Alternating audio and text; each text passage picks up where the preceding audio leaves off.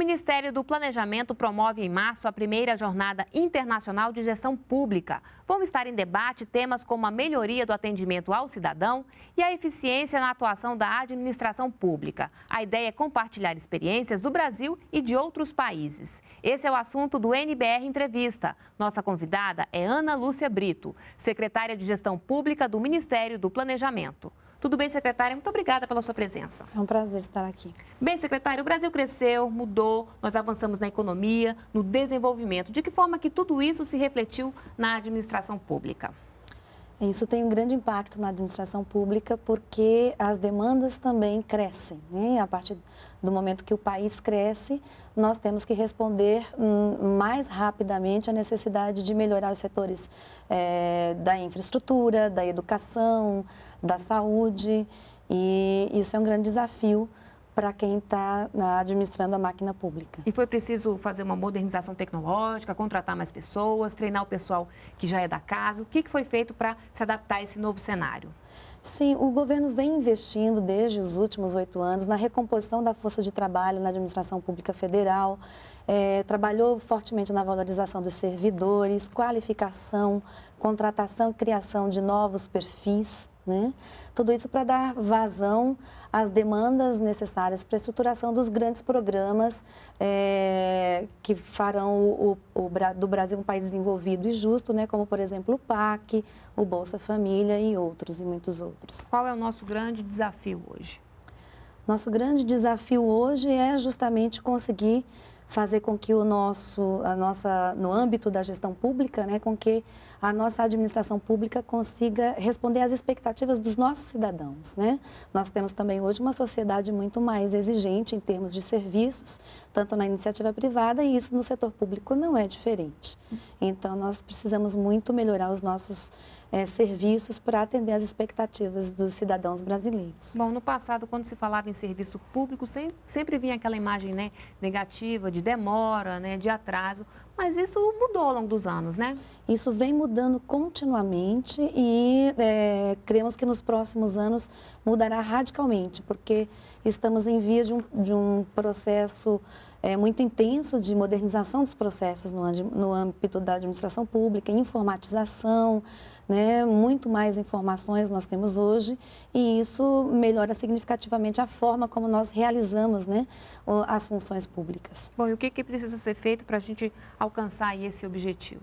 Passa por onde? Os desafios são grandes, né? São muitos desafios, mas nós precisamos prover, né, os nossos servidores públicos de qualificação, nós precisamos prover os órgãos públicos de uma boa estrutura para que possam desempenhar bem as políticas públicas, né? E precisamos avançar bastante na gestão por resultados no âmbito da administração pública. Quer dizer, trazer... De forma que os resultados sejam garantidos, que os resultados de entrega, né, das entregas que temos que fazer, sejam garantidos. Quer dizer, trazer esse objetivo da iniciativa privada para dentro do serviço público, essa eficácia, esse imediatismo, é isso? Na realidade, o serviço público ele tem uma lógica um pouco diferente da iniciativa privada, porque nós temos interesses diferentes, né? Não visa o lucro, né? A iniciativa privada visa o lucro e nós visamos o bem da sociedade, né? Então, existem muitos ritos e cuidados que têm que ser tomados na administração pública, mas nós precisamos, considerando todas essas peculiaridades, tornar a administração pública eficiente, rápida, ágil, no atendimento às expectativas do cidadão. Em relação a pessoal, a funcionários, né? O serviço público hoje, a administração pública hoje, ela é atrativa? Muito atrativa, tanto que quando a gente abre um concurso público, o número de candidatos é muito maior do que o número de vagas oferecidas, né? Então, a gente vê que as carreiras estão valorizadas e que o serviço público hoje também apresenta desafios interessantes para os profissionais. E nós temos também um grande aumento dos cursos de gestão pública também, né? Que é uma área nova aqui no país, que é uma área nova e muito necessária para a melhoria e desenvolvimento da gestão pública. Bom, é um mercado concorrido e eu imagino que a qualificação, né, das pessoas que ingressam também, ela é bem alta, né? Ela está no nível, a competitividade é muito alta, tem que ter uma preparação muito intensa para você conseguir hoje passar numa classificação boa no concurso público, né? Então, isso tem gerado também um ingresso de pessoas com um nível de formação já bem mais elevado do que anteriormente. Eu diria que nós temos que investir ainda muito nas qualificações específicas, né? E também conseguir aproveitar por meio dos concursos públicos as experiências que as pessoas têm no mercado de trabalho. Isso ainda é uma coisa que precisamos melhorar. Bom, vamos falar um pouquinho então dessa jornada internacional, né, de gestão pública. De onde é que surgiu a ideia de se promover esse encontro? Esse encontro é um encontro que sempre tem sido solicitado nas diversas instâncias, esferas, no meio da administração pública. Então, os estados sempre nos cobravam um evento promovido pelo governo federal e a gente também sente necessidade em razão de que quando você promove um debate, uma reflexão nesse nível e traz pessoas experientes, tanto da academia como autoridades que têm a experiência de aplicação dos conceitos de administração na gestão, no setor público, e coloca essas pessoas juntos debatendo, a gente, além de consolidar as experiências vividas, nós promovemos ali um ambiente de inovação, de criatividade, um ambiente próprio para a gente vislumbrar novas soluções para os problemas a serem enfrentados. Então, eu diria que a ideia é uma ideia assim, do coletivo, né? Que nós vimos já debatendo em vários órgãos, instâncias, e que conseguimos aí organizar e realizar agora em março. Bom, só para a gente deixar claro, né? Quando a gente fala em administração pública, vai além da esplanada dos ministérios, né? Ah, sim. Nós abrangemos estados, municípios, né? Os outros poderes, poder judiciário, poder legislativo. Nós temos palestrantes, como, por exemplo, a ministra Carmen Lúcia, que teve uma experiência bárbara agora com as eleições municipais do ano passado. Então, são vivências diferenciadas que se complementam, né?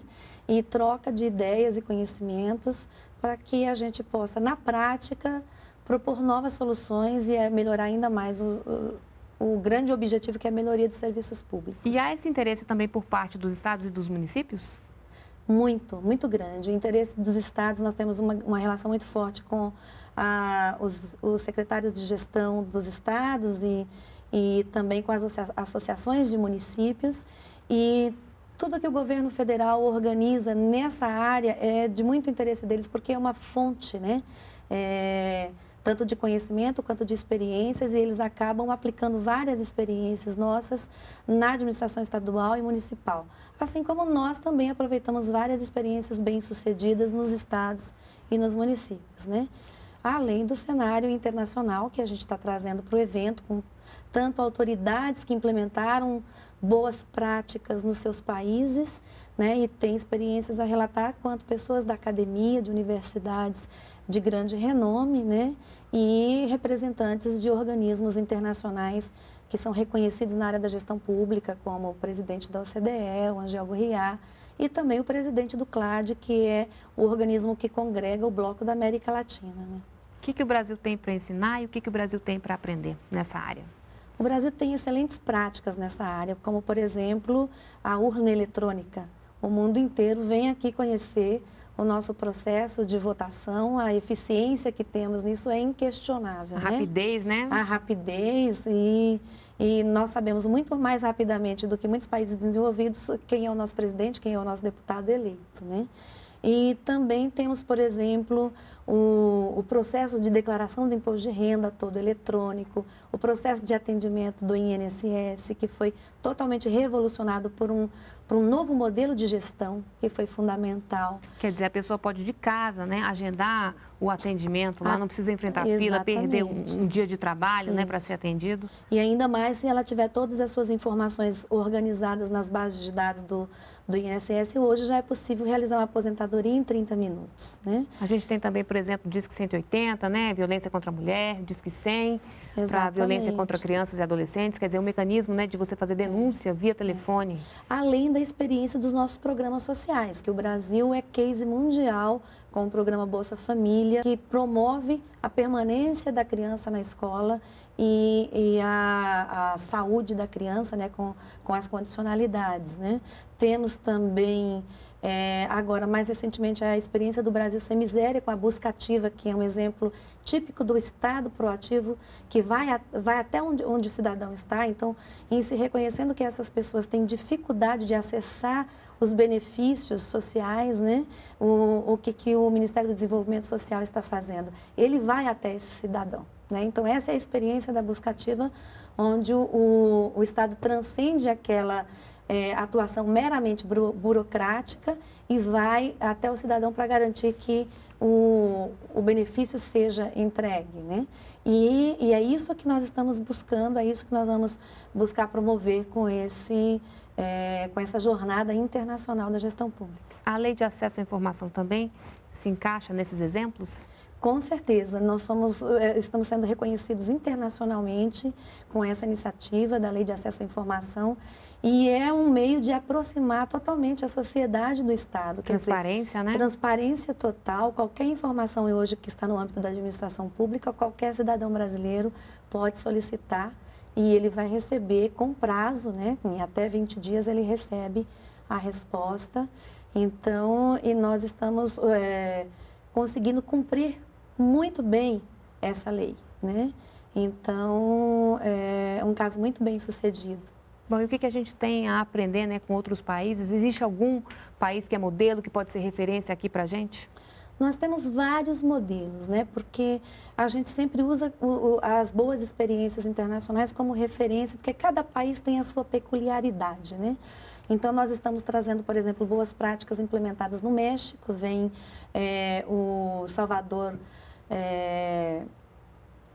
Parra, que é um dos palestrantes, e ele é um ex-ministro da gestão pública no México, e hoje ele é senador da República, mas ele tem práticas de boa gestão pública premiadas pela ONU, né?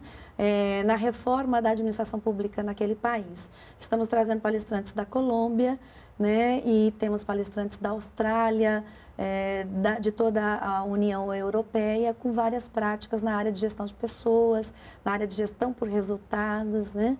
E nós vamos ter um fórum muito rico de experiências e debates e conceitos para poder a gente promover aí o crescimento, né, da eficiência do Estado. Quem é o público-alvo dessa jornada internacional? Bom, o público-alvo são todas as pessoas envolvidas e interessadas na melhoria da gestão pública. Então, qualquer cidadão pode se inscrever, mas o nosso público-alvo são os gestores públicos federais, municipais, estaduais, a sociedade organizada, organizações sociais, servidores de outros poderes, né? E a academia também, que é estudiosa do tema. Mas, em princípio, qualquer cidadão pode se inscrever no evento. E a inscrição pode ser feita de forma eletrônica, a confirmação já sai no ato. Bom, lembrando que é no início de março, né? Nos dias... Isso, nos dias 11 e 12 de março, e a inscrição é gratuita. Tá certo, muito obrigada pela entrevista e até uma próxima oportunidade. E boa jornada internacional. Eu que agradeço. Espero vocês lá. Obrigada. Bem, outras informações na página do Ministério do Planejamento. E para rever essa entrevista é só acessar o endereço que aparece agora aí na sua tela. Muito obrigada pela companhia e a gente se vê no próximo programa. Continue aqui na NBR, a TV do Governo Federal.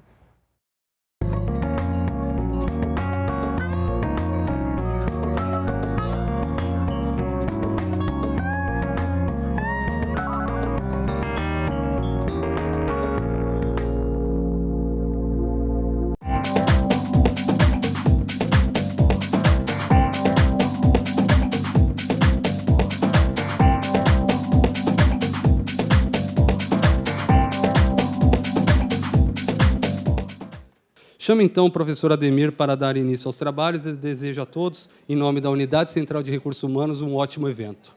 Obrigado. Muito bem. Em primeiro lugar, eu queria dizer que eu fico até, de certa forma, constrangido em ser chamado de especialista, né, na frente aqui de uma população que conhece muito bem o assunto, né, com diretores de recursos humanos, de secretarias e assim por diante, e que eu vou trazer uma visão, né, de quem trabalhou nessa área e trabalha nessa área, né, e que tem alguma vivência com RH e com RH na área pública, né. Uma das coisas que o Tiago deixou de falar ali é que eu fui funcionário, né, quer dizer, esta secretaria, né, de meio ambiente, saneamento, tal, é a minha origem profissional, inclusive, né. Foi por aqui que eu fui formado profissionalmente, meu primeiro emprego, coisa desse tipo. Eu fui funcionário da Sabesp durante 15 anos, e já faz algum tempo, eu saí de lá de 1990. Né? E essas coisas são meio complicadas, porque eu lembro desse auditório aqui, por duas oportunidades, que eu era da área de RH, gerente de treinamento e desenvolvimento, e de outras áreas também, e eu consegui trazer ou utilizar este auditório para duas ocasiões, numa situação em que uma delas foi um diretor da empresa de águas de Berlim, que estava no Brasil, então a gente conseguiu trazer aqui para bater um papo com os profissionais da Sabesp. E uma outra, logo depois da Constituição de 88, já dei minha idade, em que nós trouxemos o pessoal do Ministério Público, algumas pessoas do Ministério Público, para falar desse novo papel do Ministério Público e da responsabilidade civil sobre acidentes de trabalho, tal, e foi um evento bastante importante. Mas isso já faz 24 anos, brincadeira, né? Mas estamos aqui. Então, essa minha experiência na Sabesp e a experiência em várias outras organizações, na área pública e também na área privada, mas que permite trazer para vocês aqui algumas visões de situações e de problemas que eu acredito que vocês vão se encontrar e, eventualmente, até vão fazer um pano de fundo para o que é mais importante mesmo, que é a discussão que nós vamos ter nesse espaço aqui. Quer dizer, essa coisa, o Tiago colocou muito bem, quer dizer, todo mundo gosta de avaliar ou de ser avaliado e faz isso com naturalidade no dia a dia, né? Quando a gente adquire um produto, né, quando a gente escolhe um determinado local para passear, coisa desse tipo, a gente está avaliando, né? E, realmente, a maioria das pessoas tem preferências por esta ou por aquela situação, não gosta de roxo, o outro gosta de amarelo, sei lá, né? Então, essas coisas são muito comuns, e a gente faz isso com grande facilidade, né? E espera também que, na organização, isto aconteça, né? É sempre bom ter feedback, né? Ter um retorno daquilo que a gente está fazendo, como é que a gente está fazendo, se está indo bem ou não está indo bem. Normalmente, a gente gosta de ouvir que está indo bem. Nem sempre a gente vai bem, né? Ou, pelo menos, não é que não vai bem, não atende àquelas expectativas que são colocadas sobre a nossa posição, sobre o nosso trabalho e tudo mais. E a grande dificuldade é justamente essa, é saber quais são essas expectativas, né? Então, quando a gente fala de avaliação, de desempenho, a gente tem que sempre perguntar, avaliar para quê, né? Quer dizer, qual que é o objetivo desse processo que está sendo colocado numa determinada organização? E a gente tem aqui, quer dizer, a primeira coisa que se faz ou se pensa num processo de avaliação é justamente melhorar o desempenho da equipe, né? Quer dizer, procurar sempre ter uma melhoria contínua, sempre fazer melhor, sempre poder atender melhor, sempre poder ter retornos ou resultados melhores. O segundo aspecto é alinhar as competências necessárias, né, as capacitações necessárias dos indivíduos àquelas necessidades da organização. E um terceiro aspecto é divulgar e estabelecer uma convergência, vamos dizer assim, entre as metas da organização e as necessidades dos indivíduos, as expectativas dos indivíduos, né? No fundo, a gente está usando o sistema de avaliação, ou deveria usar o sistema de avaliação, para tomar decisões, né? Para tomar decisões em relação às recompensas que vão ser colocadas, e aí recompensa a gente inclui aumentos salariais, promoções, né? Todos esses aspectos que dizem respeito às movimentações das pessoas na organização. E, nesse sentido, quer dizer, nada melhor do que estabelecer o objetivo e estabelecer o porquê que se vai avaliar, né? E quando a gente fala dessa coisa do porquê avaliar, a gente muda, ou deve mudar, pelo menos do meu ponto de vista, até a própria terminologia de avaliação do desempenho para o que a gente chama de gestão do desempenho, né? Ou seja, verificar, estabelecer o que é pretendido e, a partir daí, identificar quais são as lacunas existentes entre a situação atual e o que se pretende alcançar, né? E esta situação não se faz simplesmente num momento, uma vez por ano, uma vez a cada 2 anos, dependendo do procedimento, para preencher um formulário e encaminhar esse formulário para a área de recursos humanos para a promoção de determinadas recompensas ou punições, eventualmente, se isso pode acontecer, né? A gente tem que ter esses 3 aspectos aqui, né? Do planejamento, o acompanhamento e, aí sim, a avaliação. Quer dizer, realizar este processo de gestão, né, do desempenho é algo que faz com que a coisa se transforme significativamente, né? Avaliar simplesmente, sem ter falado para a pessoa ou para os indivíduos previamente o que deles é esperado, né? Combinar, existe uma palavra mais forte, até pactuar, né, o que deve ser feito durante um determinado período para se atingir aquele determinado objetivo, né, e, a partir daí, então, sim, ao final do período, avaliar se aquilo foi feito, se foi atingido ou não, aí sim a gente tem uma condição de dizer que estamos fazendo alguma coisa para melhoria do desempenho, para melhoria das condições de uma determinada organização. E, obviamente, a partir da movimentação das pessoas, né? Então, a gestão do desempenho é algo mais amplo, né? Ela não se prende a uma mensuração pura e simples e um registro daquela mensuração. Ela pretende realmente fazer com que a coisa aconteça, né? E, sem dúvida nenhuma, a gente tem que pensar que esse processo é vinculado com 3 aspectos fundamentais, quer dizer, o indivíduo, a gestão de pessoas e o negócio ou missão da empresa, da organização, dependendo de onde a gente esteja, né? Quando eu falo de gestão de pessoas, eu não estou falando da unidade de recursos humanos, né? Daquele grupo de especialistas na área que vai desenvolver programas e vai acompanhar e eventualmente, até controlar o processo. Falo da gestão de pessoas com o papel do gestor, né? Um papel preponderante daquele indivíduo que está ocupando uma posição gerencial, né? Quer dizer, quem está na área de finanças, quem está numa área operacional, quem está numa área mais técnica, sei lá, né, específica de uma determinada organização, ele tem realmente a necessidade de conhecer aquele assunto que ele está atuando, mas, fundamentalmente, ele tem que conhecer as relações com as pessoas, e isso é realmente o que é mais difícil, né? Os gerentes, em muitos casos, não entendem que isto seja uma responsabilidade dele, isso é problema do RH, né? E não é um problema dele, é por meio das pessoas que as coisas acontecem, né? Um gerente só atinge o objetivo estabelecido para a área dele por meio das pessoas. Então, esse conjunto de situações deve ser considerado, quer dizer, a própria missão, né, a própria sistemática de trabalho de uma organização vai interferir significativamente no tipo de sistema de avaliação que vai ser colocado. Nós vamos ver que existem vários modelos, aí a gente vai realizar um mix desse tipo de coisa para poder atender estas situações. E, obviamente, desenvolver ou procurar desenvolver os gestores para que esse tipo de situação aconteça. Que, já adiantando aqui o debate que nós vamos ter depois, é a parte mais difícil, né? É a parte mais difícil, dadas essa premissa que se tem, né, de que o gestor não é responsável pela gestão de pessoas, né, pelas pessoas que estão ali, tá? Muito bem.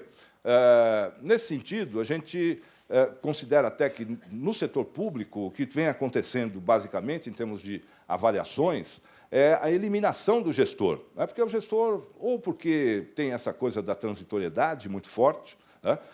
Tem a situação de uma eventual não, quase sempre acontece, né, do gestor ser um cargo de confiança, né, e, portanto, hoje ele é gestor, amanhã ele é subordinado, e, ao mesmo tempo, né, aquela pessoa que foi subordinada dele nesse momento pode ser o gestor no dia seguinte, o chefe dele no momento seguinte, e isso acaba gerando, de certa forma, um aspecto lá de um certo acobertamento, um certo constrangimento de tomar atitudes mais fortes ou acompanhamentos mais fortes. Então, as pessoas preferem se isentar desse tipo de coisa e jogar a avaliação para aspectos mais objetivos. Aqui tem 3 exemplos, né? Vocês devem ter mais algumas outras situações. Quer dizer, movimentações ou reconhecimentos, valorização da pessoa, baseada no tempo de serviço, pura e simplesmente, né? Adicional por tempo de serviço é algo que vai, né, sendo acumulado, e mais na promoção, uma grande parte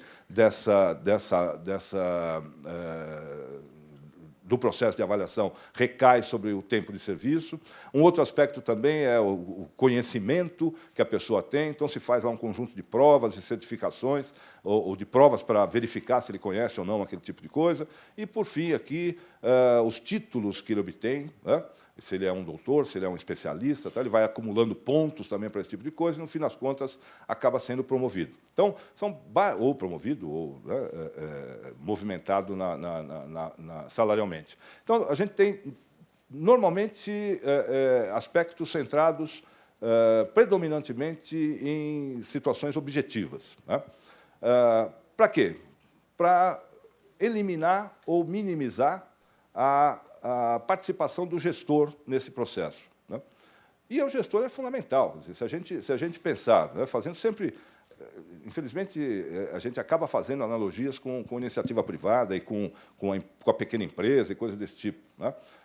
Mesmo que a gente não tenha, na iniciativa privada, não tenha, ou mesmo no setor público, se a gente não tem um sistema de avaliação estruturado, como o Tiago coloca, a gente está avaliando as pessoas, a gente sabe né, quem é quem, com quem a gente pode contar, com o tipo de capacitação que determinada pessoa tem, né? Ou seja, há aspectos que não são pura e simplesmente objetivos, né? São aspectos chamados de subjetivos, que interferem significativamente na atuação da pessoa, né? Eu costumo dizer o seguinte, que se título, né, especialização, mestrado, doutorado, fosse algo que tenha relação direta com o desempenho da pessoa, o setor público brasileiro seria o mais eficiente do mundo, né? Porque eu vejo, né, nas experiências que eu tenho, o pessoal extremamente capacitado, né? A pessoa vai buscar o título, vai buscar o curso, vai buscar se preparar e assim por diante, né? Só que não depende só disso, né? Nem sempre aquela pessoa titulada, aquela pessoa que tem uma formação, é a pessoa que faz a coisa acontecer, né? Às vezes, a pessoa que não tem a formação tem mais disponibilidade, compromisso, engajamento com o trabalho e não é reconhecido por um sistema desse tipo. E aí vem lá o que nós vamos falar no final, uma certa injustiça, um sentimento de injustiça, né? Eu que faço acontecer, mas ele que recebeu a promoção porque ele tem um título e eu não tenho, né? Ou seja, os aspectos, entre aspas, subjetivos, muitas vezes são mais importantes e mais verificáveis, vamos dizer assim, no dia a dia, do que os aspectos objetivos. Mas, como não se confia no gerente, vamos dizer assim, né, vamos tirar o gerente da jogada, e aí vamos colocar o aspecto objetivo para resolver a situação. E nem sempre isso é bom, né? Nem sempre isso traduz injustiça, né? Mesmo o concurso público, né, trazendo essa situação, sem dúvida nenhuma, ele tem uma importância enorme para coibir as situações que o Tiago colocou. Mas não necessariamente o concurso público escolhe os melhores, né? Se fosse assim, a iniciativa privada seria totalmente ineficiente, né? Não tem concurso público, a pessoa entra lá pelo seu currículo, pelo que ela fez, né, pelo que ela, inclusive pela adequação do seu estilo com a cultura de uma determinada organização, né? E, a partir daí, então, é aí que ela se desenvolve bem, né? Ela pode dar certo numa empresa, pode não dar certo na outra, mas não é só pelo seu conhecimento, é por um conjunto de outras situações. E aí eu pego um gancho para dizer o seguinte, quer dizer, a gente pela FIA mesmo, nos diversos trabalhos que nós realizamos aí na área pública e na área privada, a gente tem visto que um só item de avaliação não é uma forma adequada de realizar o processo de gestão do desempenho. Estabelecer somente uma forma não é possível.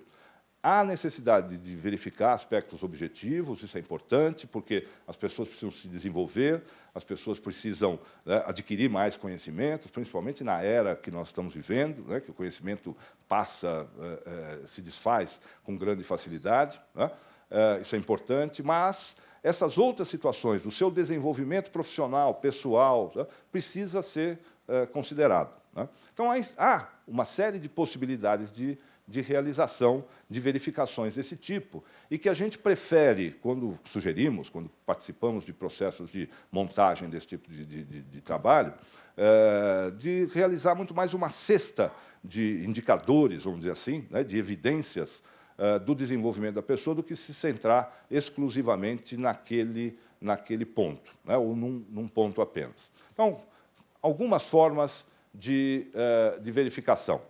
A primeira coisa, a gente tem que saber qual é o objetivo desse sistema de avaliação, do sistema de gestão do desempenho que a gente tem. Quer dizer, nós vamos trabalhar, que é uma discussão enorme, né, exclusivamente com desempenho com desempenho exclusivamente para verificar o desenvolvimento da pessoa, ou vamos também utilizá-lo para interferir no processo de remuneração? Isso precisa ficar claro, né?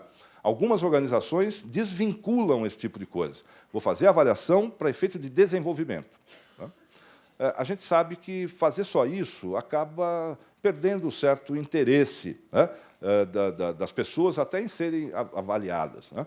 Mas é uma forma, e muitas organizações utilizam isso. Outras organizações utilizam apenas para remuneração. Né? Faço lá a minha avaliação e promovo, não promovo, sei lá, né? Mando embora. Não é o caso, mas essa é uma situação. A partir disso, a gente vai identificar qual é o público-alvo. Né? Nós vamos fazer sistemas de avaliação, promover sistemas de avaliação que vão focar no indivíduo, né, ou num grupo, né, ou avaliações grupais. Né? Ou seja, eu não vou avaliar pessoa a pessoa, vou avaliar uma equipe, né, uma área pelos seus resultados e assim por diante. Né? E, dependendo da situação também, a gente precisa verificar a necessidade de estabelecer alguns estratos, né, na organização que mereceriam sistemas de avaliação diferenciados. Não dá para fazer uma coisa só para todo mundo. Né? Há situações muito específicas, seja pela atividade, pelo nível de desenvolvimento de certos grupos e assim por diante. E, a partir daí, então, definir o modelo, né, que eu chamo aqui de modelo direto, indireto ou modelo misto. Né? E aí, então, gostaria de mostrar essas três situações aqui para vocês. Né? Antes disso, dizer quais são essas situações. Então, a gente pode ter alguns focos da avaliação. Eu trouxe 4 aqui principais, e os demais, o que existir, podem ser enquadrados nesse tipo de coisa. O primeiro foco que está listado aqui, né, é o que a gente chama de aferição do potencial. Né? É simplesmente isso, pouco utilizado, ou quase nunca utilizado na administração pública, porque a gente está pensando em verificar que tipo de possibilidade de atuação aquele determinado indivíduo vai ter daqui a 5 anos, 6 anos, ou coisas desse tipo. Tá? Nós vamos trabalhar, basicamente, na iniciativa privada, discutir ou trabalhar os programas de trainees, né? Aqueles rapazes, moças que são admitidos lá logo depois da sua graduação e que vão ser preparados para ocupar posições gerenciais e assim por diante. Né? Então, esse tipo de situação pode ser utilizada então, nesse tipo de coisa. A própria FIA participou de um trabalho agora há pouco tempo com a Sabesp, e a Sabesp procurou escolher lá um grupo de pessoas que deveriam ter uma atenção, vamos dizer assim, né, para se desenvolverem como gestores no futuro. Né?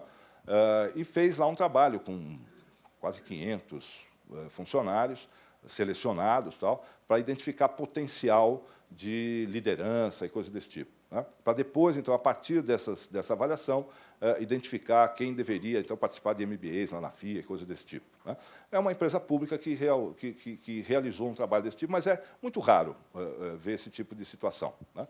O outro é a análise comportamental. Então, verificar os comportamentos esperados naquela organização,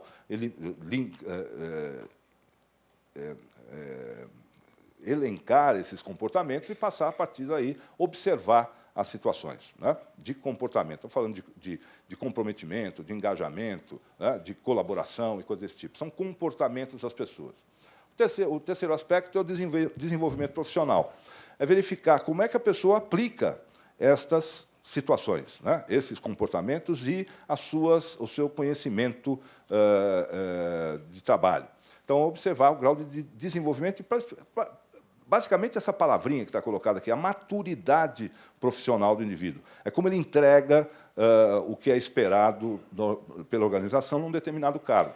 A gente sabe, né, que as pessoas, o tempo não é uma coisa mandatória nesse sentido, mas estar numa organização há mais tempo faz com que a pessoa conheça lá o ambiente que ela está, né, a cultura, o clima daquela empresa, quem é quem, como é que se resolve as coisas aqui e tal, de tal forma que, realmente, depois de um certo tempo ali, né, se ele realmente se desenvolve, se ele adquire maturidade profissional, ele vai desempenhar, ele vai responder, vai entregar para a organização muito mais e muito melhor do que aquela pessoa que começou agora, né?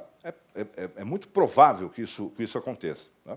E, por último, a realização de metas e resultados. Aqui tem uma objetividade, entre aspas, um pouco maior, né? Não é totalmente objetivo, porque alguém define a meta, né, e qual é o nível que deve ser alcançado e tudo mais. Então, há uma certa subjetividade nesse sentido.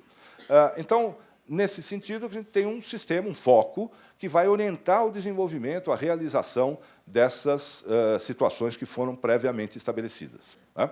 Então, a gente pode escolher, vamos dizer assim, né, a partir do objetivo que a gente tem, de desenvolvimento, de remuneração, ou ambos, que tipo de foco que a gente vai escolher, ou quais os focos que a gente vai aplicar, né, que a gente deve aplicar. E aí, então, nós temos a aplicação desse tipo de coisa, né? Então, na aferição de potencial, nós vamos subsidiar movimentações, né? Dar condições de decidir quem que eu vou promover para gerente, assim por diante, né? Existem instrumentos formais, né, estabelecidos, para a medição de potencial. Normalmente, isso é realizado por consultoria e coisas desse tipo. A outra, análise comportamental, nós vamos promover o autodesenvolvimento, estimular a adoção dos critérios críticos, né, dos comportamentos críticos para aquela organização. E, no desenvolvimento profissional, dizer quais são os objetivos, em termos de entrega, né, do dia a dia, que devem ser perseguidos para a construção do futuro desse profissional, né? E, a partir daí, a gente pode fazer avaliação pelo gestor imediato, avaliação por múltiplas fontes e por comitês, que tem me parecido uma forma bastante interessante de realização deste processo nas organizações públicas, né? E, por fim, a realização de metas e resultados para estabelecimento de metas, quer dizer, nortear a realização dessas metas, os objetivos a serem perseguidos, visando a construção, então, desse futuro para a organização. E, basicamente, estabelecer indicadores de desempenho, né? O Balance Scorecard, que tem sido difundido, inclusive, na administração pública, tem sido um instrumento muito poderoso para esse tipo de coisa, né? Ou seja, a gente tem possibilidades de fazer a coisa, né? De adequar o ambiente, ou adequar, desculpe, o instrumento àquelas necessidades, né? Desde que eu saí da Sabesp, eu participei, tenho trabalhado como consultor, né, na Price, depois sozinho, ou melhor, com a minha empresa, junto com a FIA e tudo mais, né? Eu não tenho uma experiência que eu possa dizer eu fiz o mesmo tipo de resultado, né, de instrumento em duas organizações. Sempre, né, dadas aquelas questões da missão, da organização, da sua cultura e tudo mais, a gente acaba tendo situações, por vezes, muito distintas, justamente para atender a essas realidades diferentes e exigências também diferentes, até o momento da própria organização. Muito bem, então aí a gente tem os modelos possíveis, né? Eu estava falando ali do modelo indireto, né? Os dois primeiros lá, o análise de potencial e de comportamento, pensar assim, como pode o potencial dessa pessoa resultar em desempenho lá no futuro. Eu estou fazendo de uma forma indireta, eu não estou vendo o desempenho, estou vendo a possibilidade do desempenho, né? Mas estou avaliando esse tipo de coisa. Da mesma forma, comportamento. Eu estabeleço alguns comportamentos, engajamento, cooperação, flexibilidade, e assim vai, né? E, a partir daí, então, eu vou inferir que estes comportamentos me gerem para a empresa um desempenho superior, né? Então, são formas indiretas, né? E eu posso também ter modelos com uma verificação direta. Ou seja, não importa se a pessoa se desenvolveu, se não desenvolveu, se tinha potencial, se não tinha potencial. Importa o seguinte, ela está atingindo os resultados? A meta que foi atribuída a ela foi alcançada ou não, né? Isso é um modelo direto, que muitas organizações adotam, né? E eu posso também adotar um modelo misto, né, em que se faz essa verificação inicial, até para direcionar o comportamento das pessoas, o desenvolvimento das pessoas, né, e também avalia-se o resultado no final. Atinge ou não atinge as metas. Ou seja, desta forma, a gente procura montar um sistema de avaliação, um sistema de gestão do desempenho, que vai verificar vários aspectos, vai verificar as diversas nuances do desempenho, do desenvolvimento das pessoas numa determinada organização, tá? Muito bem. Isso pode ser feito também com sentidos de avaliação, tá?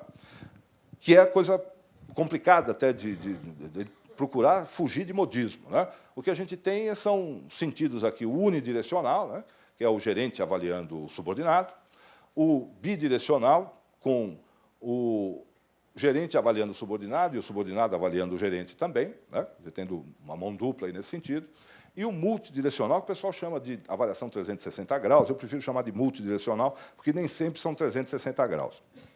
Eu já vi consultoria vendendo sistema de avaliação 450 graus. Aí não vai, a gente começa...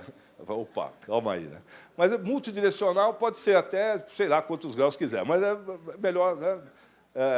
Então, que a pessoa avaliada e os seus pares, o seu gestor e, às vezes, o seu subordinado, se for o caso, podem entrar nisso, né? Fazer essa verificação. Que é um sistema extremamente interessante, porque ele tira um pouco daquela situação da falta de confiança, né, vamos dizer assim, na capacidade de avaliação do gestor, né? Porém, a gente precisa estar muito preocupado com esse tipo de coisa para verificar o clima e a cultura da organização, se é uma cultura de colaboração, se é uma cultura de isenção na avaliação, ou se é uma cultura de extrema competição, né? Existindo uma cultura de competição, esse sistema aqui é fadado a criar inimizades, a gerar problemas seríssimos nesse sentido. Então, precisa também, ele não é panaceia, precisa ser considerado, avaliado, né? E também não é para tudo, é para algumas situações que se colocam ali naqueles dois sistemas, né? Então, também não há uma regra. A gente precisa considerar qual é a cultura da organização, o clima da organização e, às vezes, até o clima daquela própria área para poder implantar ou não esse tipo de sentido, né? Mas, em qualquer circunstância, em qualquer modelo, o papel do gestor, o papel da liderança é fundamental. É por isso que qualquer sistema que seja implantado, há que existir um trabalho significativo sobre a postura dos gestores nesse sentido, né? Não dá para tirar o gestor da conversa, né? Ele é o responsável por esse tipo de situação, né? Dentro desse ciclo, ele tem um primeiro papel de planejar, né? Estabelecer as expectativas, o que deve ser feito, o que você deve melhorar durante esse período, o que deve ser realizado, e estabelecer um cronograma, né, das coisas que devem ser feitas. Em segundo lugar, fazer, né, no segundo passo, um acompanhamento, periodicamente, a cada 2 meses, 3 meses, ou em situações específicas, discutir com as pessoas como é que esse plano está sendo realizado. E, por fim, né, ao final do ciclo, fazer o que a gente chama de avaliação mesmo, né? Quer dizer, o que foi realizado frente àquilo que foi estabelecido, aquilo que foi acordado ou pactuado lá no início, né? E aí, então, se fecha o ciclo e se começa o ciclo para a próxima situação. Nas minhas andanças aí, a única situação em que eu vi que existia um sistema em que excluía totalmente o chefe, o gerente desse processo, foi numa empresa privada, na Philips Lighting, eu posso falar porque estava aberto, em que o gerente não avaliava. A pessoa fazia uma autoavaliação e discutia com um profissional de RH, né, lá da organização, que era preparado para esse tipo de situação, as situações em que ele percebia que ele não ia bem, que ele deveria melhorar, e assim por diante. E fechava com essa pessoa do RH essa parte aqui do que ele deveria melhorar. Era focado exclusivamente em desempenho, em desenvolvimento, né? E, a partir daí, então, os dois montavam um programa e apresentavam para o gerente, discutiam com o gerente esse programa de melhoria, né? Então, é uma situação completamente diferente, preparada para níveis técnicos de maior experiência, né? Os técnicos seniores e gerentes iniciantes, né? A única experiência que eu conheci em que não tinha o chefe na jogada, né, nesse processo. Então, o papel da liderança é fundamental nesse sentido. E aí entra questões como a própria direção da organização, incentivando isso e promovendo esse tipo de situação, sendo um patrocinador do processo, né? Não adianta. A gente, se a alta administração não está envolvida com o processo, realmente a coisa fica difícil, né? Há que existir tanto o envolvimento da alta administração, patrocinando isso e realmente mostrando que é importante, e, ao mesmo tempo, o corpo funcional também fazendo a sua pressão nesse sentido, exigindo, solicitando e participando efetivamente do processo. Muito bem. É importante colocar o seguinte, quer dizer, o desempenho não é uma coisa só do indivíduo, né? Há uma multiplicidade de variáveis que influenciam o desempenho. O desempenho, a característica do indivíduo é a última situação, né? A empresa acaba levando pessoas a serem mais efetivas ou não, né? É muito comum também no setor público a gente observar certas organizações, certas áreas, em que não há uma pressão, não há um incentivo à melhoria, à efetividade, assim por diante, as pessoas se acomodam e está tudo bem, fica daquele mesmo jeito. 20 anos, 30 anos se passam e a pessoa continua fazendo o mesmo tipo de trabalho, da mesma forma, sem nenhum. É muito comum, né? Infelizmente. Mas é a própria organização que não fez a coisa acontecer, né? Fez a coisa ser modificada. Então, a característica da organização, em termos da sua cultura, uma cultura de fazer com que as pessoas realmente busquem melhorias, né? Que as pessoas queiram fazer sempre algo diferenciado, né? É algo extremamente importante, né? As políticas e práticas de administração e de desenvolvimento de pessoas são políticas que levam as pessoas a buscar mais ou menos o seu desenvolvimento profissional e o seu desempenho, né? Quer dizer, se eu estabeleço uma política em que todas as promoções são feitas simplesmente por adquirir lá uma certa quantidade de horas de curso, a pessoa faz as horas de curso, é promovida e está resolvido. Para que eu vou fazer mais do que isso, né? E por aí vai. A própria imagem da organização, que os seus clientes, né, o mercado, a comunidade vê aquela organização ou exige daquela organização maior resultado, faz com que também as pessoas se movimentem. Do lado ali das tarefas, né? Quer dizer, a disponibilidade de recursos que essa organização coloca ou não coloca, né? A qualidade desses recursos, a própria infraestrutura à disposição das pessoas para realizar ou não um trabalho, interferem no desempenho da pessoa, né? E, por fim, lá uma série de situações específicas do próprio indivíduo. Os conhecimentos, a formação, né, que ele teve, formação profissional, formação acadêmica, a história dele, quais empresas que ele participou e como é que ele foi formado nesse sentido, a própria idade, escolaridade, Tem uma coisa aqui do sexo que tem gente que discute, porque o homem é mais efetivo que mulher, a mulher é mais efetiva que o homem, mas tem lá determinadas situações que interferem. E as próprias motivações e a personalidade. Ou seja, são características da pessoa aliadas ao ambiente em que ela trabalha e à própria condição organizacional, a situação da organização que leva a um desempenho. Né? Portanto, quer dizer, o desempenho é uma função aqui, né, que depende da capacidade da pessoa, o esforço que ela coloca para realizar alguma coisa, ou que é solicitada a realizar alguma coisa, e, no fim, também o ambiente, as oportunidades para fazer aquele tipo de coisa acontecer. Eu tenho depois alguns exemplos, mas antes dos exemplos eu queria só colocar mais um slide que fala aqui da percepção de justiça. É uma extraída aqui de dois autores, do Rego e do Souto, mas que eu acho que são fundamentais para alguma coisa nesse sentido, dos sistemas de avaliação, e não só sistemas de avaliação, darem certo. Né? Primeiro, o que ele chama de justiça distributiva. Né? O sistema de avaliação, o sistema de recompensas, leva as pessoas a perceberem que realmente os salários que são praticados, né, a remuneração que é praticada, a concessão de benefícios que existe e tal, é justa na organização, né, dependendo das atribuições das pessoas, dependendo do seu desempenho, dependendo das suas características e tudo mais. Quer dizer, esse sentimento de justiça é extremamente importante, né, no que se refere à distribuição dos recursos, né, distribuição de justiça, vamos dizer assim. Segundo, é procedimental, né, ou seja, o processo de avaliação é um processo que é considerado adequado, né, para alcançar os objetivos. Né? Quer dizer, eu sou avaliado de uma forma que é coerente com as minhas atividades, com a realidade desta organização, né? Ou simplesmente tem um formulário lá que a pessoa vai fazer um monte de xizinhos, eu nem sei direito, que não tem nada a ver com a minha área. Né? Há uma discussão muito forte em relação a esse tipo de coisa com a remuneração variável. Né?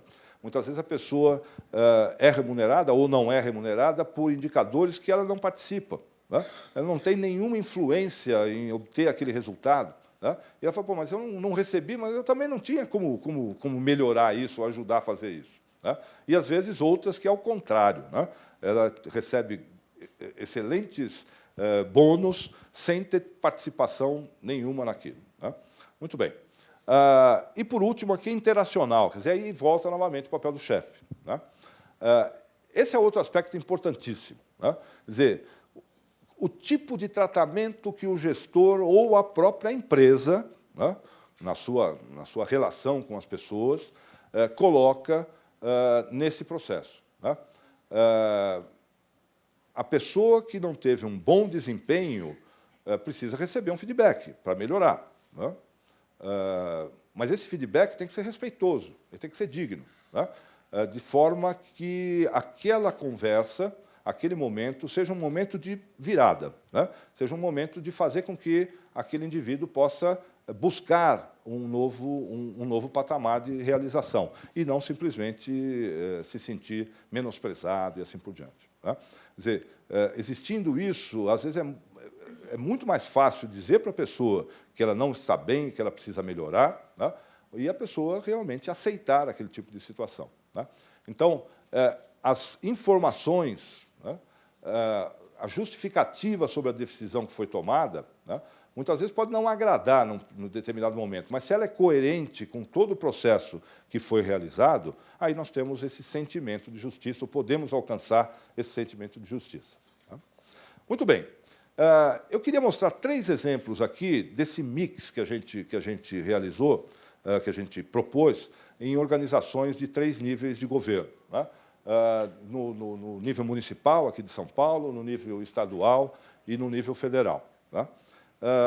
Vocês vão ver aqui que eu não vou falar as empresas nem as organizações, né, que fizeram por uma questão de sigilo, não fui autorizado a fazer isso, mas eu acho que como foi montado e algumas situações podem ser verificadas. Então, uma organização aqui do Estado de São Paulo estabeleceu, então, para o seu sistema de recompensas, né, até a definição da remuneração, né, 3 aspectos fundamentais aqui. Né? A capacitação, que tinha lá 30% do peso, o desenvolvimento, 30% do peso, e o comprometimento. Tá? Quer dizer, também tem outra coisa, cada organização tem uma forma de se expressar. Né? Usar comprometimento, engajamento, depende de cada empresa, a gente tem que respeitar esse tipo de coisa. Né? Então, no comprometimento, para eles se comprometer era assumir atribuições adicionais ou de maior responsabilidade em relação ao seu cargo de origem. Quer dizer, aceitar essa situação, ao que parece, inclusive, isso era difícil, né? As pessoas não queriam assumir novas responsabilidades, tal, nível de gestão. Tal. Então, aquilo era uma forma até de se colocar. E também uma situação de inovação. Tá? Quer dizer, tem um prêmio Mário Covas, né, que premia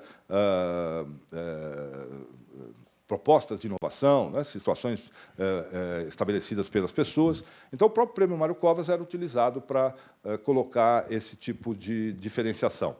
E se estabeleceu lá, porque era uma necessidade, uma pontuação negativa, dependia da assiduidade, independentemente da situação, mesmo justificada, tudo mais. Então, ele ia perdendo pontos se tivesse problemas de assiduidade. Ou seja, ele não ficava num aspecto só, eram vários aspectos, aquele mix, a cesta, como eu coloquei inicialmente. Né? Aqui os diversas situações e a composição de como essas coisas aconteciam. Né? Na capacitação, formação acima da requerida para o cargo, aquisição de competências técnicas pelos programas, e assim vai. Né? Atuação como gestor, atuação como assessor assistente e responsabilidade por um projeto ou por um contrato estabelecido. Tá? Na inovação e no empenho, né? A produção que o indivíduo poderia ter, segundo determinadas medidas. Numa outra organização, aqui ainda vinha uma análise do nível de complexidade da atuação.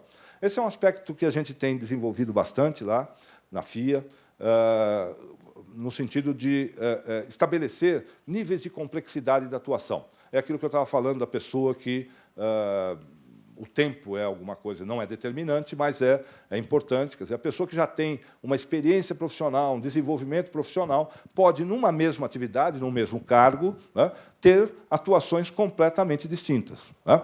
E aqui tem um nível 1, por exemplo, que é o primeiro nível da pessoa numa atividade, em que ele faz lá atividades de rotina, atua como apoio e sempre solicita supervisão de alguma pessoa, até um nível mais elevado, ou um nível mais elevado naquela atividade, em que ele traz conhecimentos para a organização, ele é uma referência no assunto internamente e externamente à sua atividade, ele representa a organização na sua atividade, na sua especialidade, em conselhos, em grupos de discussão e assim por diante. Né? Então, a avaliação da atuação dele frente a estas situações colocadas também merece lá uma certa pontuação. Vocês veem que são aspectos que podem ser considerados subjetivos. Tá? Podem ser considerados subjetivos. Porém, eles têm uma carga de objetividade. A grande vantagem de sistemas desse tipo é que a gente procura estabelecer lá algumas evidências de atuação que podem levar à caracterização do tipo, do nível de entrega daquela pessoa. Esta é uma típica situação que poderia ser utilizada aquela avaliação multidirecional, dependendo, obviamente, da cultura, do clima daquela empresa ou daquela organização. Uma outra organização em que se colocou lá 4 formas de avaliação. Então, a avaliação dos resultados, aí sim tinha metas, esse tipo de coisa, a avaliação do desenvolvimento da pessoa, então, tinha uma série de situações de comprometimento dele, de responsabilidade assumida dentro da área, depois a atualização, então, uma série de cursos que ele vinha fazendo, tal, isso tudo ia tendo lá uma pontuação, e prova objetiva. E aqui a prova objetiva não era uma situação de tipo concurso público, né, em que conhecimentos gerais, tal. Não, era conhecimento dos procedimentos da empresa e da própria empresa. Né? Então, tinha lá uma série de questões feitas sobre a empresa, sobre os problemas da empresa, tal, que a pessoa devia estudar, e tudo preparado inicialmente. Tal. O objetivo era fazer com que as pessoas se envolvessem mais com a organização e os seus programas. Né? tinha aqui lá, então, novamente as competências, as variáveis solução de problema, autonomia, liderança técnica e aplicação do conhecimento. E tudo isso aí com evidências em cada um dos níveis de complexidade. E também, numa outra situação importante nessa organização, verificar a questão da assiduidade, pontualidade, relacionamento com o gestor, relacionamento com os colegas. Né? Todos os níveis eram avaliados com essa régua aqui. Né?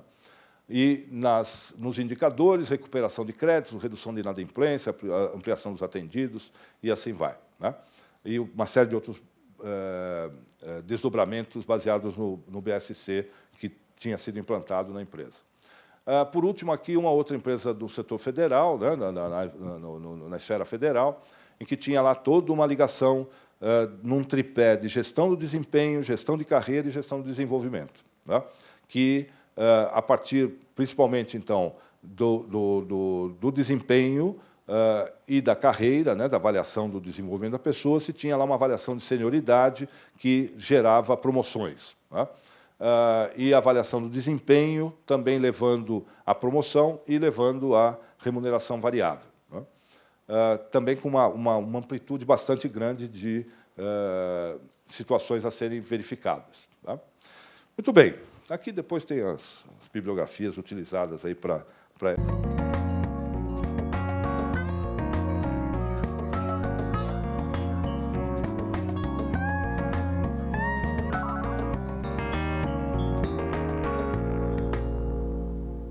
Olá! O Programa de Declaração do Imposto de Renda e a Central 135 da Previdência Social, que permite o agendamento de serviços sem sair de casa, são algumas experiências desenvolvidas pelo governo federal para melhorar a gestão pública e facilitar a vida do cidadão.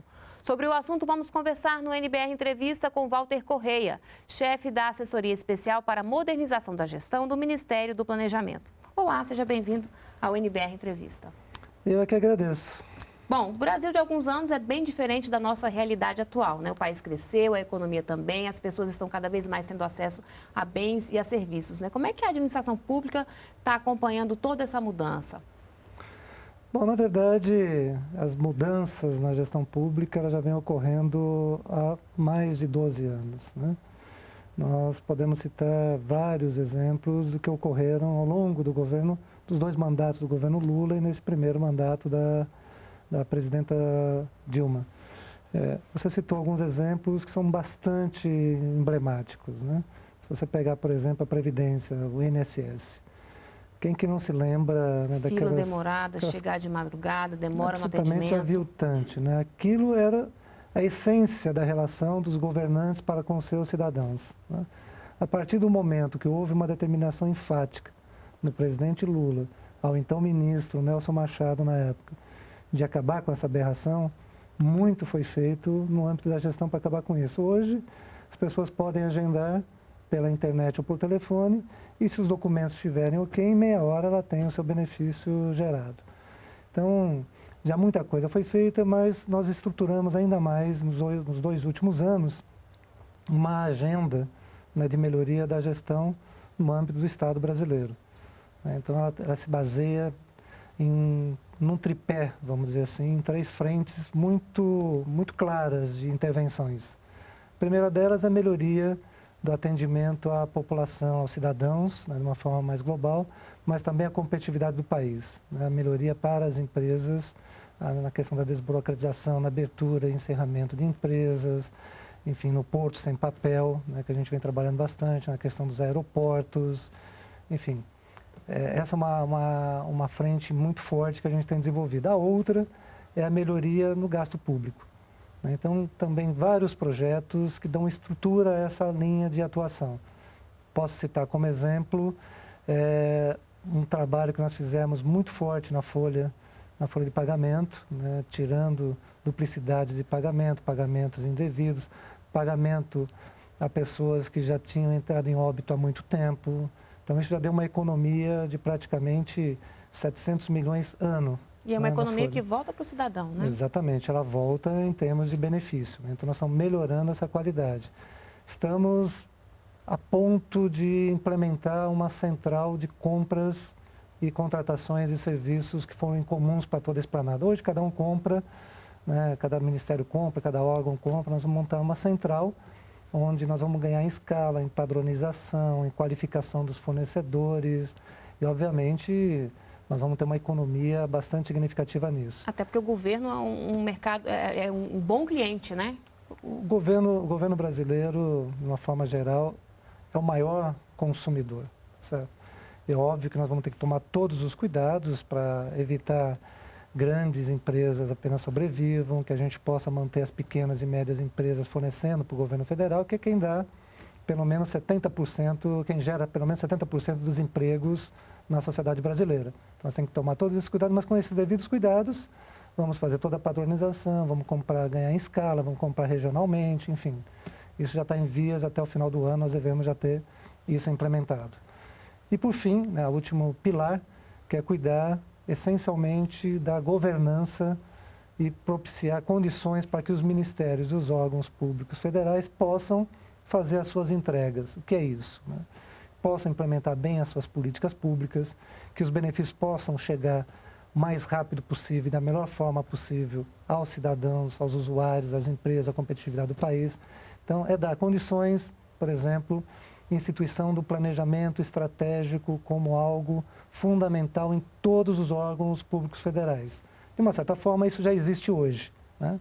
Mas o que nós estamos fazendo é qualificando esse planejamento estratégico, esse alinhamento entre todos os órgãos, enfim. E um outro ponto que é fundamental, que também está de uma forma generalizada, de forma horizontal, que nós chamamos, que é a melhoria de processos críticos, tanto do ponto de vista para a melhoria da vida dos cidadãos, quanto das empresas, mas também para a implementação das próprias políticas públicas dos ministérios.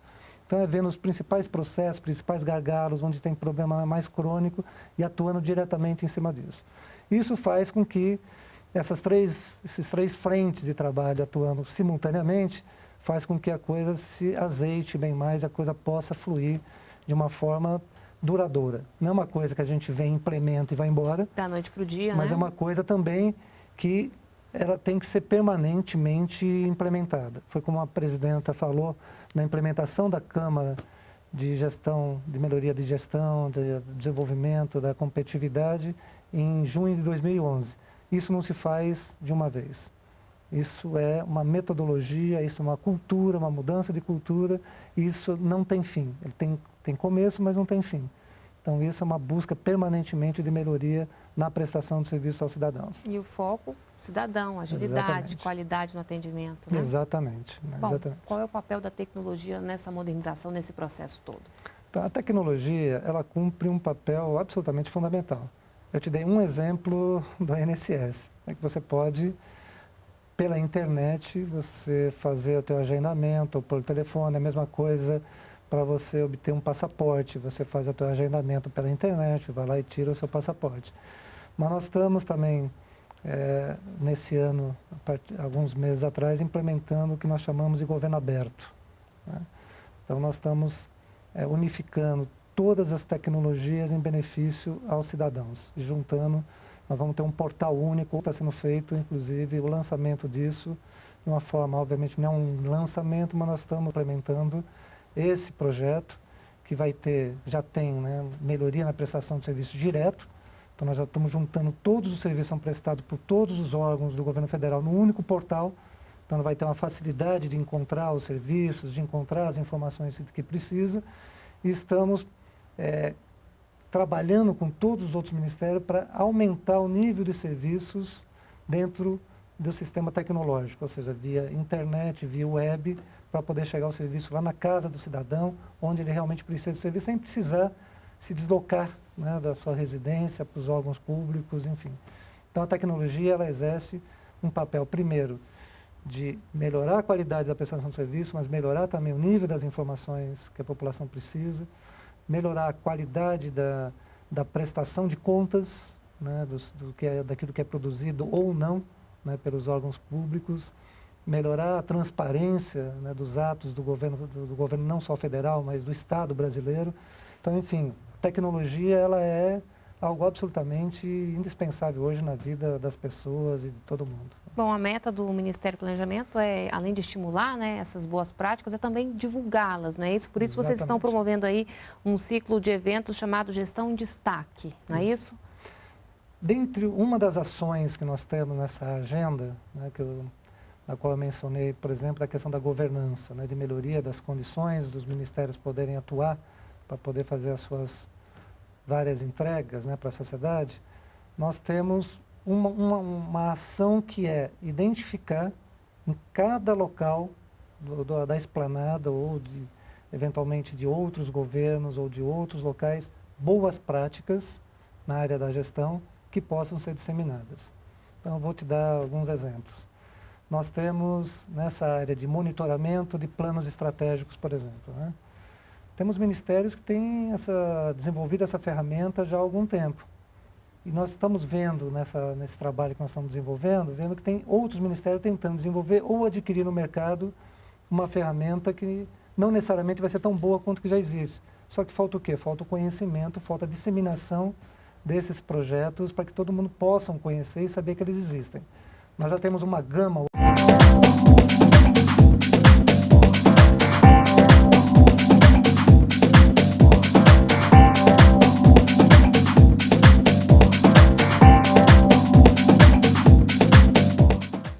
Chamo então o professor Ademir para dar início aos trabalhos e desejo a todos, em nome da Unidade Central de Recursos Humanos, um ótimo evento. Obrigado. Muito bem. Em primeiro lugar, eu queria dizer que eu fico até, de certa forma, constrangido em ser chamado de especialista, né, na frente aqui de uma população que conhece muito bem o assunto, né, com diretores de recursos humanos, de secretarias e assim por diante, e que eu vou trazer uma visão, né, de quem trabalhou nessa área, trabalha nessa área, né, e que tem alguma vivência com RH e com RH na área pública, né. Uma das coisas que o Tiago deixou de falar ali é que eu fui funcionário, né, quer dizer, esta secretaria, né, de meio ambiente, saneamento, tal, é a minha origem profissional, inclusive, né. Foi por aqui que eu fui formado profissionalmente, meu primeiro emprego, coisa desse tipo. Eu fui funcionário da Sabesp durante 15 anos, e já faz algum tempo, eu saí de lá de 1990. Né? E essas coisas são meio complicadas, porque eu lembro desse auditório aqui, por duas oportunidades, que eu era da área de RH, gerente de treinamento e desenvolvimento, e de outras áreas também, e eu consegui trazer ou utilizar este auditório para duas ocasiões, numa situação em que uma delas foi um diretor da empresa de águas de Berlim, que estava no Brasil. Então, a gente conseguiu trazer aqui para bater um papo com os profissionais da Sabesp. E uma outra, logo depois da Constituição de 88, já dei minha idade, em que nós trouxemos o pessoal do Ministério Público, algumas pessoas do Ministério Público, para falar desse novo papel do Ministério Público e da responsabilidade civil sobre acidentes de trabalho, tal, e foi um evento bastante importante. Mas isso já faz 24 anos, brincadeira, né? Mas estamos aqui. Então, essa minha experiência na Sabesp e a experiência em várias outras organizações, na área pública e também na área privada, eu acho que permite trazer para vocês aqui algumas visões de situações e de problemas que eu acredito que vocês vão se encontrar e, eventualmente, até vão fazer um pano de fundo para o que é mais importante mesmo, que é a discussão que nós vamos ter nesse espaço aqui. Quer dizer, essa coisa, o Tiago colocou muito bem, quer dizer, todo mundo gosta de avaliar ou de ser avaliado e faz isso com naturalidade no dia a dia, né?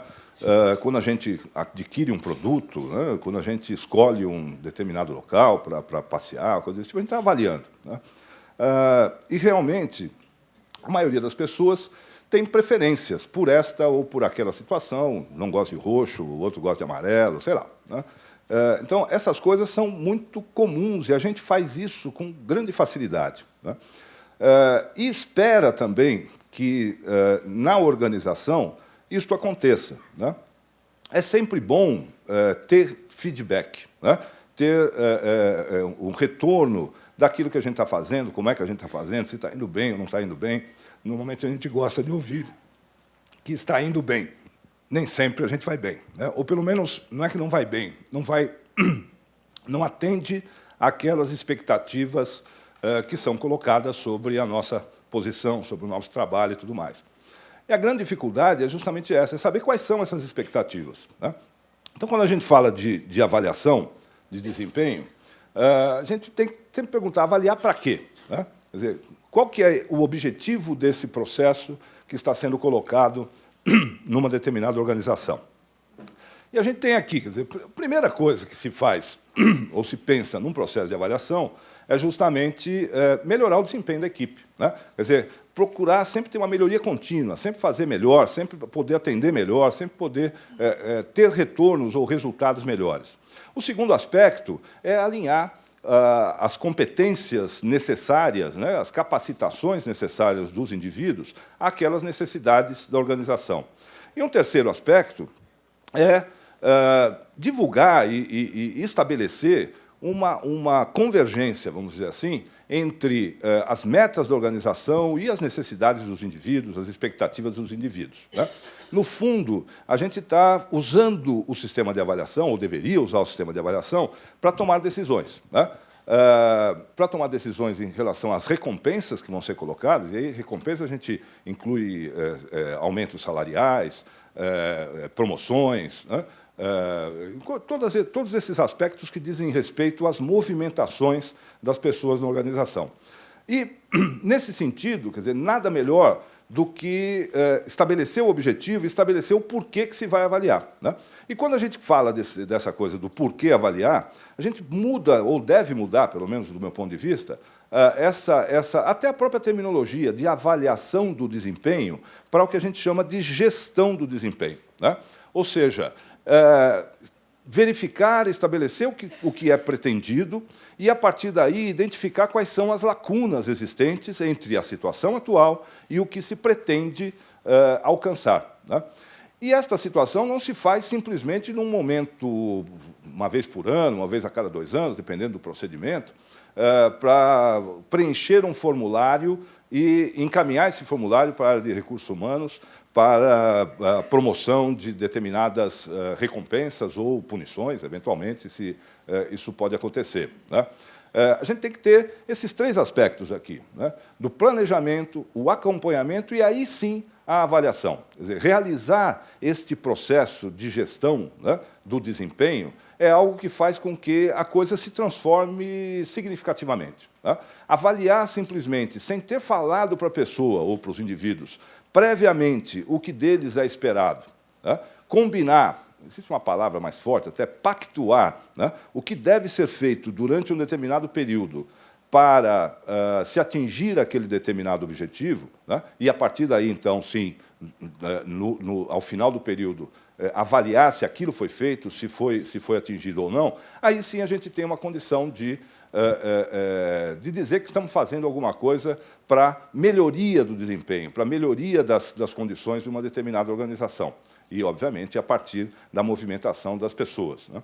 Então, a gestão do desempenho é algo mais amplo, né? Ela não se prende a uma mensuração pura e simples e um registro daquela mensuração. Ela pretende realmente fazer com que a coisa aconteça, né?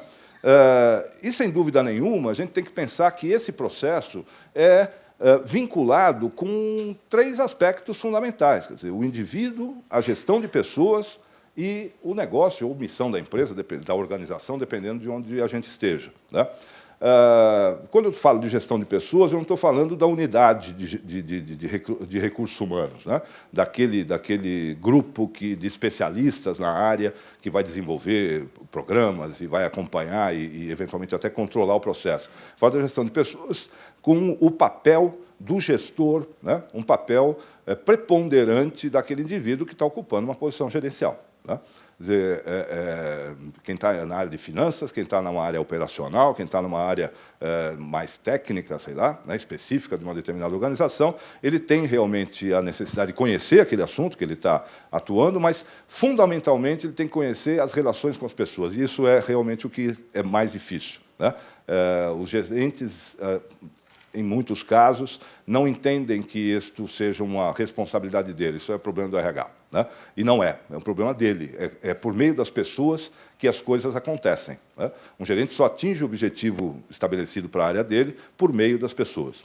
Então, esse conjunto de situações deve ser considerado. Quer dizer, a própria missão, né, a própria sistemática de trabalho de uma organização vai interferir significativamente no tipo de sistema de avaliação que vai ser colocado. Nós vamos ver que existem vários modelos, aí a gente vai realizar um mix desse tipo de coisa para poder atender estas situações. E, obviamente, desenvolver ou procurar desenvolver os gestores para que esse tipo de situação aconteça.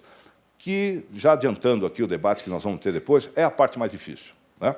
É a parte mais difícil, dadas essa premissa que se tem, né, de que o gestor não é responsável pela gestão de pessoas, né, pelas pessoas que estão ali. Tá? Muito bem.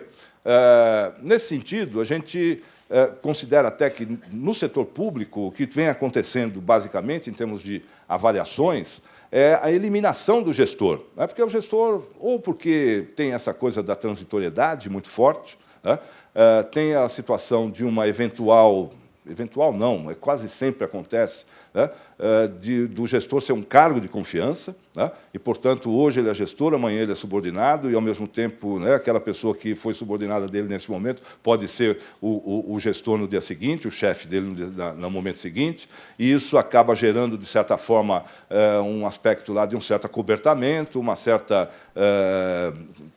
constrangimento de tomar atitudes mais fortes ou acompanhamentos mais fortes. Então, as pessoas preferem se isentar desse tipo de coisa e jogar a avaliação para aspectos mais objetivos. Aqui tem 3 exemplos, né? Vocês devem ter mais algumas outras situações. Quer dizer, movimentações ou reconhecimentos, valorização da pessoa, baseada no tempo de serviço, pura e simplesmente. Né? Adicional por tempo de serviço é algo que vai, né, sendo acumulado, e mais na promoção, uma grande parte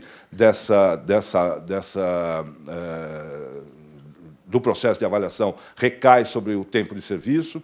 Um outro aspecto também é o conhecimento que a pessoa tem. Então, se faz lá um conjunto de provas e certificações, ou de provas para verificar se ele conhece ou não aquele tipo de coisa. E, por fim, aqui, os títulos que ele obtém, né? Se ele é um doutor, se ele é um especialista, tá? Ele vai acumulando pontos também para esse tipo de coisa e, no fim das contas, acaba sendo promovido. Então, ou promovido, ou movimentado salarialmente. Então, a gente tem, normalmente, aspectos centrados predominantemente em situações objetivas. Né? Para quê? Para eliminar ou minimizar a participação do gestor nesse processo. Né? E o gestor é fundamental. Quer dizer, se a gente pensar, né, fazendo sempre... Infelizmente, a gente acaba fazendo analogias com iniciativa privada e com a pequena empresa e coisas desse tipo. Né? Mesmo que a gente não tenha, na iniciativa privada, não tenha, ou mesmo no setor público, se a gente não tem um sistema de avaliação estruturado, como o Tiago coloca, a gente está avaliando as pessoas, a gente sabe né, quem é quem, com quem a gente pode contar, com o tipo de capacitação que determinada pessoa tem. Né? Ou seja, há aspectos que não são pura e simplesmente objetivos, né? São aspectos chamados de subjetivos, que interferem significativamente na atuação da pessoa. Né? Eu costumo dizer o seguinte, que se título, né, especialização, mestrado, doutorado, fosse algo que tenha relação direta com o desempenho da pessoa, o setor público brasileiro seria o mais eficiente do mundo. Né? Porque eu vejo, né, nas experiências que eu tenho, o pessoal extremamente capacitado. Né? A pessoa vai buscar o título, vai buscar o curso, vai buscar se preparar e assim por diante. Né? Só que não depende só disso. Né? Nem sempre aquela pessoa titulada, aquela pessoa que tem uma formação, é a pessoa que faz a coisa acontecer. Né? Às vezes, a pessoa que não tem a formação tem mais disponibilidade, compromisso, engajamento com o trabalho e não é reconhecido por um sistema desse tipo. E aí vem lá o que nós vamos falar no final, uma certa injustiça, um sentimento de injustiça, né? Eu que faço acontecer, mas ele que recebeu a promoção porque ele tem um título e eu não tenho, né? Ou seja, os aspectos, entre aspas, subjetivos, muitas vezes são mais importantes e mais verificáveis, vamos dizer assim, no dia a dia do que os aspectos objetivos. Mas, como não se confia no gerente, vamos dizer assim, né, vamos tirar o gerente da jogada, e aí vamos colocar o aspecto objetivo para resolver a situação, né? E nem sempre isso é bom, né? Nem sempre isso traduz em justiça, né? Mesmo o concurso público, né, trazendo essa situação, sem dúvida nenhuma, ele tem uma importância enorme para coibir as situações que o Tiago colocou. Mas não necessariamente o concurso público escolhe os melhores, né? Se fosse assim, a iniciativa privada seria totalmente ineficiente, né? Não tem concurso público, a pessoa entra lá pelo seu currículo, pelo que ela fez, né? Pelo que ela, inclusive pela adequação do seu estilo com a cultura de uma determinada organização, né? E, a partir daí, então, é aí que ela se desenvolve bem, né? Ela pode dar certo numa empresa, pode não dar certo na outra, mas não é só pelo seu conhecimento, é por um conjunto de outras situações. E aí eu pego um gancho para dizer o seguinte, a gente, pela FIA mesmo, nos diversos trabalhos que nós realizamos aí na área pública e na área privada, a gente tem visto que um só item de avaliação não é uma forma adequada de realizar o processo de gestão do desempenho. Estabelecer somente uma forma não é possível. Há necessidade de verificar aspectos objetivos, isso é importante, porque as pessoas precisam se desenvolver, as pessoas precisam, né, adquirir mais conhecimentos, principalmente na era que nós estamos vivendo, né, que o conhecimento se desfaz com grande facilidade, né? Isso é importante, mas essas outras situações do seu desenvolvimento profissional, pessoal, né, precisa ser considerado, né? Então, há uma série de possibilidades de realização de verificações desse tipo, e que a gente prefere, quando sugerimos, quando participamos de processos de montagem desse tipo de trabalho, de realizar muito mais uma cesta de indicadores, vamos dizer assim, né, de evidências do desenvolvimento da pessoa, do que se centrar exclusivamente naquele ponto, né, ou num ponto apenas. Então, algumas formas de verificação.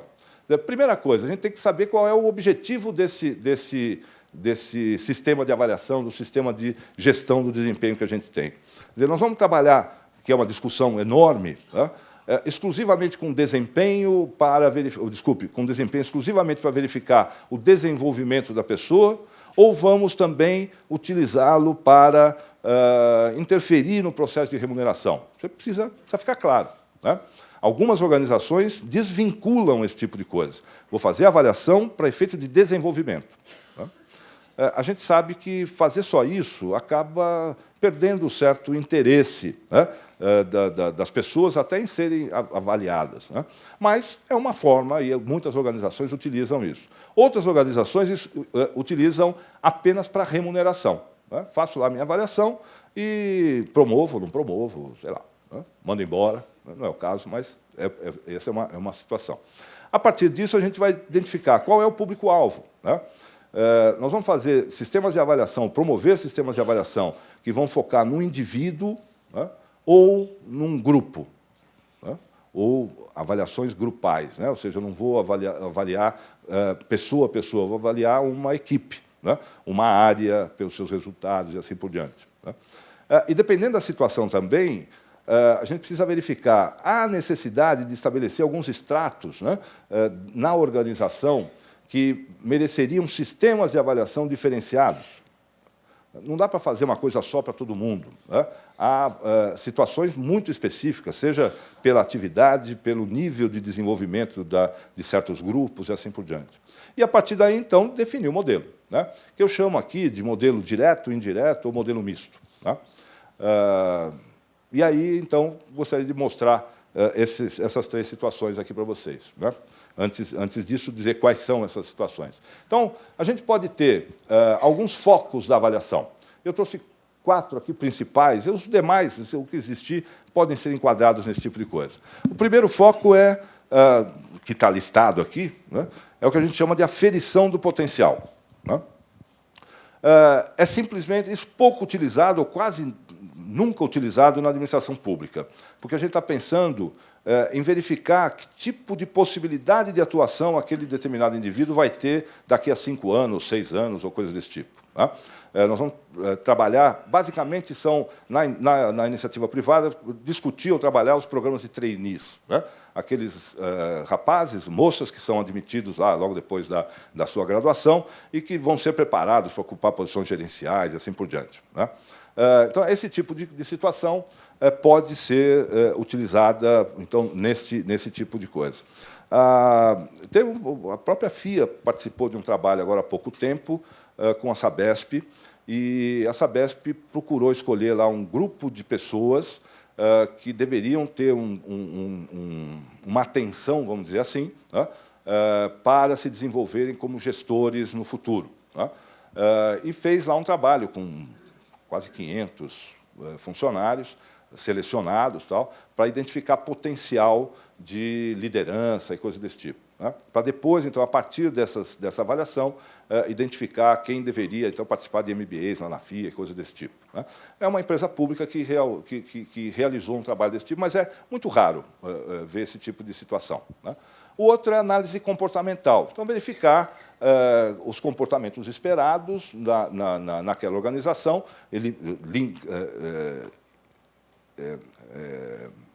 elencar esses comportamentos e passar, a partir daí, observar as situações, né, de comportamento. Estou falando de comprometimento, de engajamento, né, de colaboração e coisas desse tipo. São comportamentos das pessoas. O terceiro aspecto é o desenvolvimento profissional. É verificar como é que a pessoa aplica estas situações, né, esses comportamentos e o seu conhecimento de trabalho. Então, observar o grau de desenvolvimento, e basicamente essa palavrinha que está colocada aqui, a maturidade profissional do indivíduo. É como ele entrega o que é esperado pela organização num determinado cargo.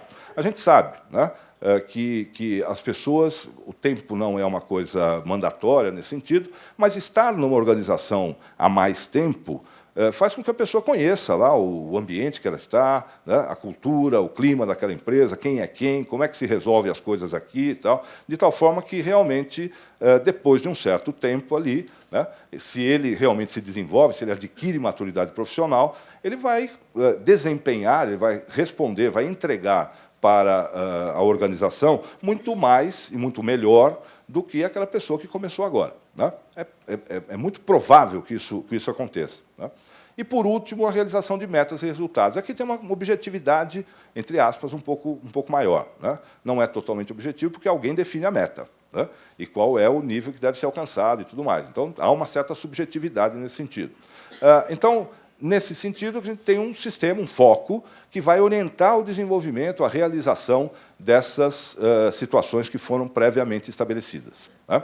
Então, a gente pode escolher, vamos dizer assim, né, a partir do objetivo que a gente tem, de desenvolvimento, de remuneração, ou ambos, que tipo de foco que a gente vai escolher, ou quais os focos que a gente vai aplicar, né, que a gente deve aplicar. E aí, então, nós temos a aplicação desse tipo de coisa. Né? Então, na aferição de potencial, nós vamos subsidiar movimentações, né? Dar condições de decidir quem que eu vou promover para gerente, e assim por diante. Né? Existem instrumentos formais, né, estabelecidos para a medição de potencial. Normalmente, isso é realizado por consultoria e coisas desse tipo. A outra, análise comportamental, nós vamos promover o autodesenvolvimento, estimular a adoção dos critérios críticos, né, dos comportamentos críticos para aquela organização. E, no desenvolvimento profissional, dizer quais são os objetivos, em termos de entrega, né, do dia a dia, que devem ser perseguidos para a construção do futuro desse profissional. Né? E, a partir daí, a gente pode fazer avaliação pelo gestor imediato, avaliação por múltiplas frontes, e por comitês, que tem me parecido uma forma bastante interessante de realização deste processo nas organizações públicas, né? E, por fim, a realização de metas e resultados para estabelecimento de metas, quer dizer, nortear a realização dessas metas, os objetivos a serem perseguidos, visando a construção, então, desse futuro para a organização. E, basicamente, estabelecer indicadores de desempenho, né? O Balance Scorecard, que tem sido difundido, inclusive, na administração pública, tem sido um instrumento muito poderoso para esse tipo de coisa, né? Ou seja, a gente tem possibilidades de fazer a coisa, né? De adequar o ambiente, ou adequar, desculpe, o instrumento àquelas necessidades. Desde que eu saí da Sabesp, eu participei, tenho trabalhado como consultor, né, na Price, depois sozinho, ou melhor, com a minha empresa, junto com a FIA e tudo mais, né?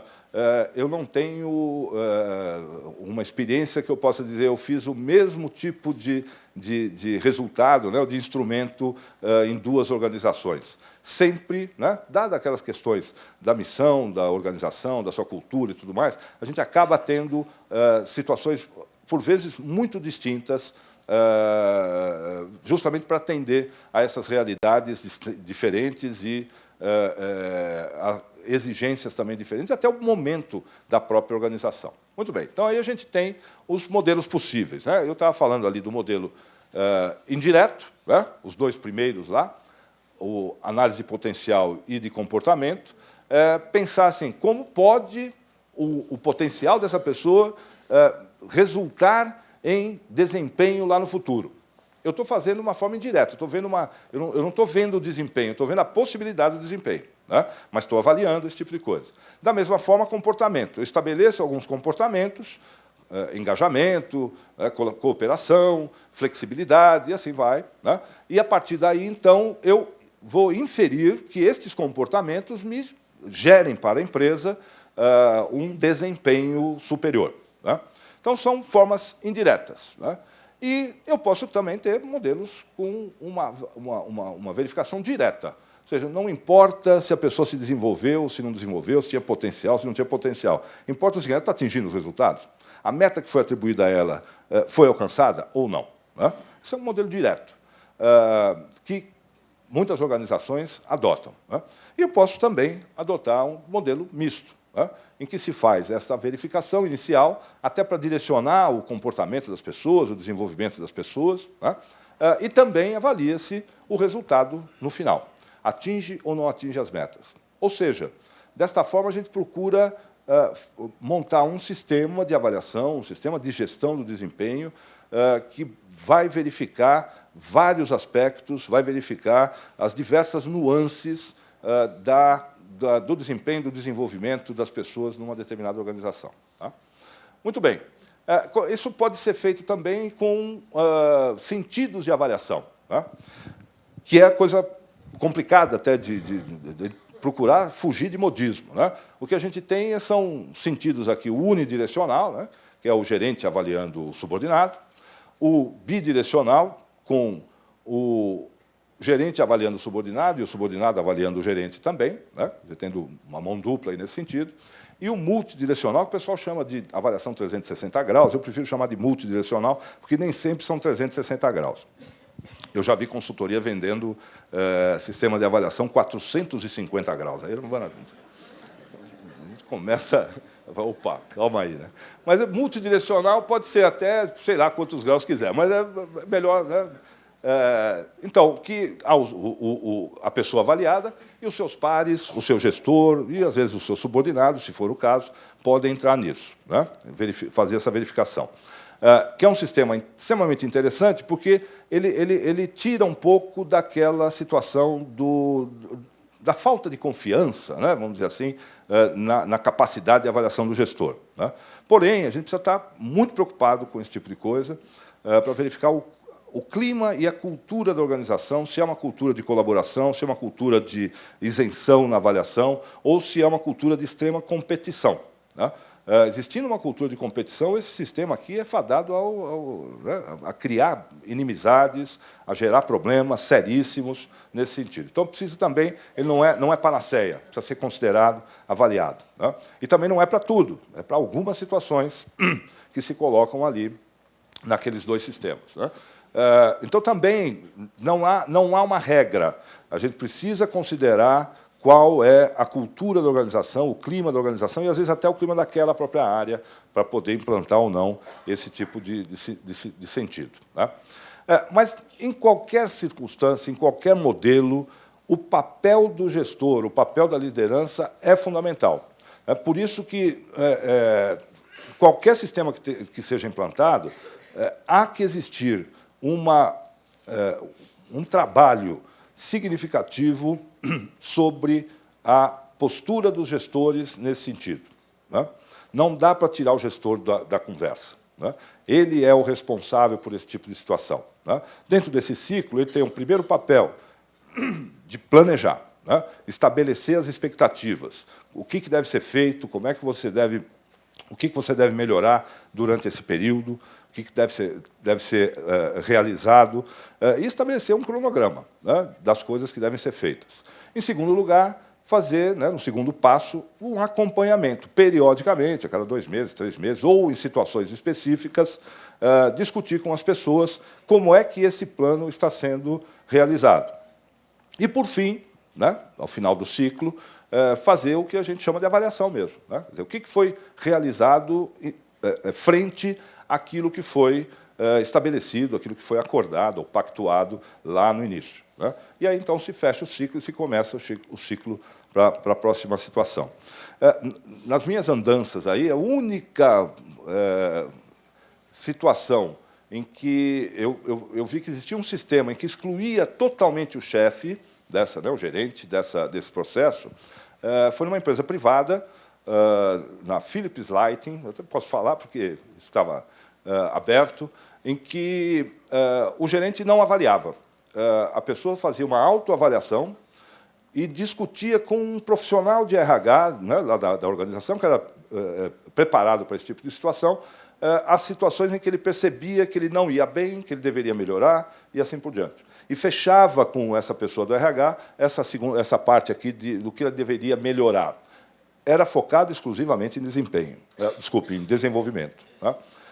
E, a partir daí, então, os dois montavam um programa e apresentavam para o gerente, e discutiam com o gerente esse programa de melhoria. Né? É uma situação completamente diferente, preparada para níveis técnicos de maior experiência, né? Os técnicos seniores e gerentes iniciantes. Né? A única experiência que eu conheci em que não tinha o chefe na jogada, né, nesse processo. Então, o papel da liderança é fundamental nesse sentido. E aí entra questões como a própria direção da organização, incentivando isso e promovendo esse tipo de situação, sendo um patrocinador do processo. Né? Não adianta. A gente, se a alta administração não está envolvida com o processo, realmente a coisa fica difícil. Né? Há que existir tanto o envolvimento da alta administração, patrocinando isso e realmente mostrando que é importante, e, ao mesmo tempo, o corpo funcional também fazendo a sua pressão nesse sentido, exigindo, solicitando e participando efetivamente do processo. Muito bem. É importante colocar o seguinte, quer dizer, o desempenho não é uma coisa só do indivíduo. Né? Há uma multiplicidade de variáveis que influenciam o desempenho. O desempenho, a característica do indivíduo é a última situação. A empresa acaba levando pessoas a serem mais efetivas ou não. É muito comum também no setor público a gente observar certas organizações, certas áreas, em que não há uma pressão, não há um incentivo à melhoria, à efetividade, assim por diante. As pessoas se acomodam e está tudo bem, fica daquele mesmo jeito. 20 anos, 30 anos se passam e a pessoa continua fazendo o mesmo tipo de trabalho, da mesma forma, sem nenhum. É muito comum, né? Infelizmente. Mas é a própria organização que não fez a coisa acontecer, né? Fez a coisa ser modificada. Então, a característica da organização, em termos da sua cultura, uma cultura de fazer com que as pessoas realmente busquem melhorias, né? Que as pessoas queiram fazer sempre algo diferenciado, né?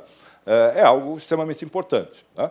As políticas e práticas de administração e de desenvolvimento de pessoas são políticas que levam as pessoas a buscar mais ou menos o seu desenvolvimento profissional e o seu desempenho, né? Quer dizer, se eu estabeleço uma política em que todas as promoções são feitas simplesmente por adquirir lá uma certa quantidade de horas de curso, a pessoa faz as horas de curso, é promovida e está resolvido. Para que eu vou fazer mais do que isso, né? E por aí vai. A própria imagem da organização que os seus clientes, né, o mercado, a comunidade vê aquela organização ou exige daquela organização maior resultado, faz com que também as pessoas se movimentem. Do lado ali das tarefas, né? Quer dizer, a disponibilidade de recursos que essa organização coloca ou não coloca, né? A qualidade desses recursos, a própria infraestrutura à disposição das pessoas para realizar ou não um trabalho, interferem no desempenho da pessoa, né? E, por fim, lá uma série de situações específicas do próprio indivíduo. Os conhecimentos, a formação, né, que ele teve, formação profissional, formação acadêmica, a história dele, quais empresas que ele participou e como é que ele foi formado nesse sentido, a própria idade, escolaridade. Tem uma coisa aqui do sexo que tem gente que discute, porque o homem é mais efetivo que mulher, a mulher é mais efetiva que o homem, mas tem lá determinadas situações que interferem. E as próprias motivações e a personalidade. Ou seja, são características da pessoa aliadas ao ambiente em que ela trabalha e à própria condição organizacional, a situação da organização que leva a um desempenho, né? Portanto, quer dizer, o desempenho é uma função aqui, né, que depende da capacidade da pessoa, o esforço que ela coloca para realizar alguma coisa, ou que é solicitada a realizar alguma coisa, e, no fim, também o ambiente, as oportunidades para fazer aquele tipo de coisa acontecer. Eu tenho depois alguns exemplos, mas antes dos exemplos eu queria só colocar mais um slide que fala aqui da percepção de justiça. É uma extraída aqui de dois autores, do Rego e do Souto, mas que eu acho que são fundamentais para alguma coisa nesse sentido, dos sistemas de avaliação, e não só sistemas de avaliação, darem certo, né? Primeiro, o que ele chama de justiça distributiva, né? O sistema de avaliação, o sistema de recompensas, leva as pessoas a perceberem que realmente os salários que são praticados, né, a remuneração que é praticada, a concessão de benefícios que existe e tal, é justa na organização, né, dependendo das atribuições das pessoas, dependendo do seu desempenho, dependendo das suas características e tudo mais. Quer dizer, esse sentimento de justiça é extremamente importante, né, no que se refere à distribuição dos recursos, né, distribuição de justiça, vamos dizer assim. Segundo, é procedimental, né, ou seja, o processo de avaliação é um processo que é considerado adequado, né, para alcançar os objetivos, né? Quer dizer, eu sou avaliado de uma forma que é coerente com as minhas atividades, com a realidade desta organização, né? Ou simplesmente tem um formulário lá que a pessoa vai fazer um monte de xizinhos, eu nem sei direito, que não tem nada a ver com a minha área, né? Há uma discussão muito forte em relação a esse tipo de coisa com a remuneração variável, né? Muitas vezes a pessoa é remunerada ou não é remunerada por indicadores que ela não participa, né? Ela não tem nenhuma influência em obter aquele resultado, né? E ela fala, pô, mas eu não recebi, mas eu também não tinha como melhorar isso, ou ajudar a fazer isso, né? E, às vezes, outras que, ao contrário, né? Ela recebe excelentes bônus sem ter participação nenhuma naquilo, né? Muito bem. E, por último, aqui, interacional. Quer dizer, aí volta novamente o papel do chefe, né? Esse é outro aspecto importantíssimo, né? Quer dizer, o tipo de tratamento que o gestor ou a própria empresa, né, na sua relação com as pessoas, coloca nesse processo, né? A pessoa que não teve um bom desempenho precisa receber um feedback para melhorar, né? Mas esse feedback tem que ser respeitoso, ele tem que ser digno, né? De forma que aquela conversa, aquele momento seja um momento de virada, né? Seja um momento de fazer com que aquele indivíduo possa buscar um novo patamar de realização e não simplesmente se sentir menosprezado e assim por diante, né? Quer dizer, existindo isso, às vezes é muito mais fácil dizer para a pessoa que ela não está bem, que ela precisa melhorar, né? E a pessoa realmente aceitar aquele tipo de situação, né?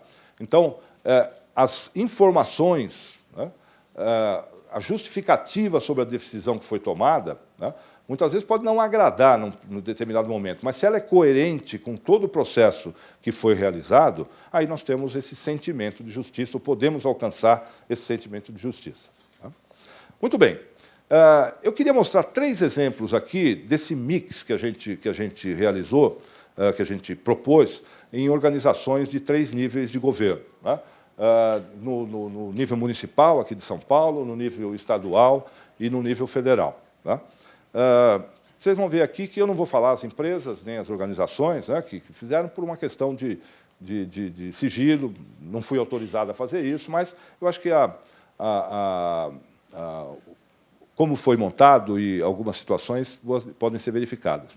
Então, uma organização aqui do Estado de São Paulo estabeleceu, então, para o seu sistema de recompensas, né, até a definição da remuneração, né, 3 aspectos fundamentais aqui, né?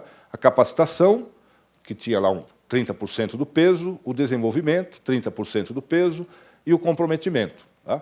Quer dizer, também tem outra coisa, cada organização tem uma forma de se expressar, né? Usar comprometimento, engajamento, depende de cada empresa, a gente tem que respeitar esse tipo de coisa, né? Então, no comprometimento, para eles se comprometer era assumir atribuições adicionais ou de maior responsabilidade em relação ao seu cargo de origem. Quer dizer, aceitar essa situação, ao que parece, inclusive, isso era difícil, né? As pessoas não queriam assumir novas responsabilidades, tal, nível de gestão. Tal. Então, aquilo era uma forma até de se colocar. E também uma situação de inovação, né? Quer dizer, tem um prêmio Mário Covas, né, que premia propostas de inovação, né, situações estabelecidas pelas pessoas. Então, o próprio prêmio Mário Covas era utilizado para colocar esse tipo de diferenciação. E se estabeleceu lá, porque era uma necessidade, uma pontuação negativa, que dependia da assiduidade, independentemente da situação, mesmo justificada e tudo mais. Então, ele ia perdendo pontos se tivesse problemas de assiduidade. Ou seja, ele não ficava num aspecto só, eram vários aspectos, aquele mix, a cesta, como eu coloquei inicialmente, né? Aqui os diversos situações e a composição de como essas coisas aconteciam, né? Na capacitação, formação acima da requerida para o cargo, aquisição de competências técnicas pelos programas, e assim vai, né? Atuação como gestor, atuação como assessor assistente e responsabilidade por um projeto ou por um contrato estabelecido, tá? Na inovação e no empenho, né? A produção que o indivíduo poderia ter, segundo determinadas medidas. Numa outra organização, aqui ainda vinha uma análise do nível de complexidade da atuação. Esse é um aspecto que a gente tem desenvolvido bastante lá na FIA, no sentido de estabelecer níveis de complexidade da atuação. É aquilo que eu estava falando da pessoa que o tempo é alguma coisa, não é determinante, mas é importante. Quer dizer, a pessoa que já tem uma experiência profissional, um desenvolvimento profissional, pode, numa mesma atividade, num mesmo cargo, né, ter atuações completamente distintas, né? E aqui tem um nível 1, por exemplo, que é o primeiro nível da pessoa numa atividade, em que ele faz lá atividades de rotina,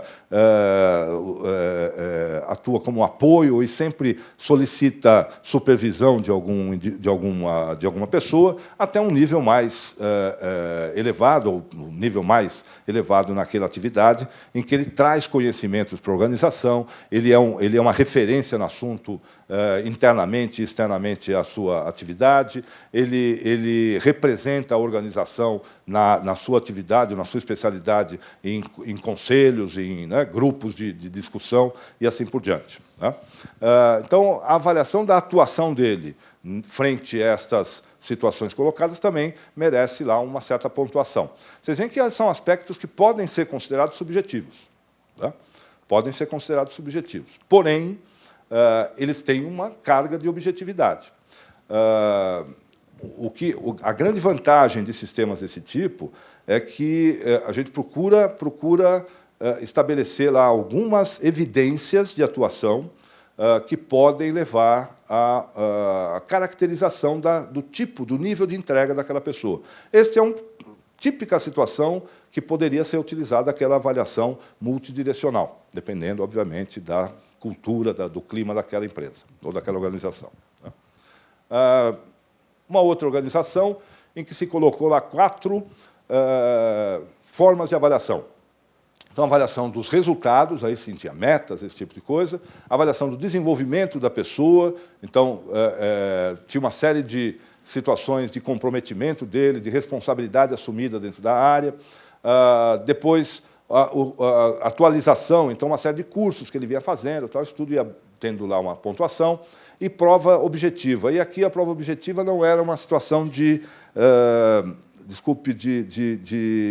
tipo concurso público, né, em que conhecimentos gerais, tal. Não, era conhecimento dos procedimentos da empresa e da própria empresa. Né? Então, tinha lá uma série de questões feitas sobre a empresa, sobre os problemas da empresa, tal, que a pessoa devia estudar, e tudo preparado inicialmente. Tal. O objetivo era fazer com que as pessoas se envolvessem mais com a organização e os seus programas. Né?